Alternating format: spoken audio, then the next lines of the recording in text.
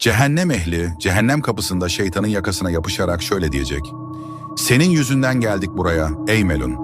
İblis onlara, bir dakika, siz dünyada beni gördünüz mü, sesimi duydunuz mu? Diye soracak. Cehennem ehli, görmedik ve duymadık diyecekler.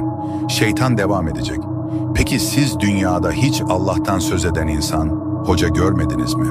Siz hiç Kur'an, hadis okumadınız mı?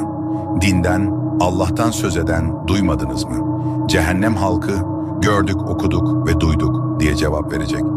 İblis diyecek ki, yani siz şimdi gördüğünüze ve duyduğunuza değil de görmediğinize ve duymadığınıza tabi olup mu buraya geldiniz? Siz gidin kendinizi ayıplayın. Benimki sadece vesveseden ibarettir. Siz gerçeklere değil de bir fısıltıya itibar ettiniz.